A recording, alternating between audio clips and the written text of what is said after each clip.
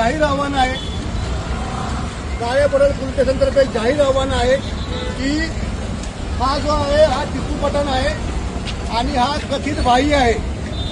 त्या एरियामध्ये याची दहशत आहे असं आम्ही ऐकून आहे। आता आम्हाला तर वाटत नाही त्याची दहशत आहे, पण आम्हाला अशी माहिती आहे की त्याची दहशत आहे आणि हा भाई आहे आणि याच्यावर 28 गुन्हे आहेत।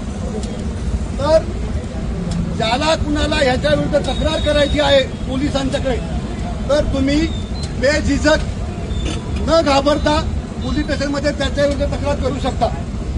त्याने जर कुणाचा बेकायदेशीरपणे दिवे मारायची धमकी देऊन प्लॉट खाली केला असेल, कुणाकडे खंडणी मागितली असेल किंवा कुणाकडून भीती दाखवून पैसे मागितले असेल किंवा घर खाली केला असेल तर आम्ही तुम्हाला जाहीर आवाहन करतो की तुम्ही न घाबरता आमच्याकडे तक्रार करा।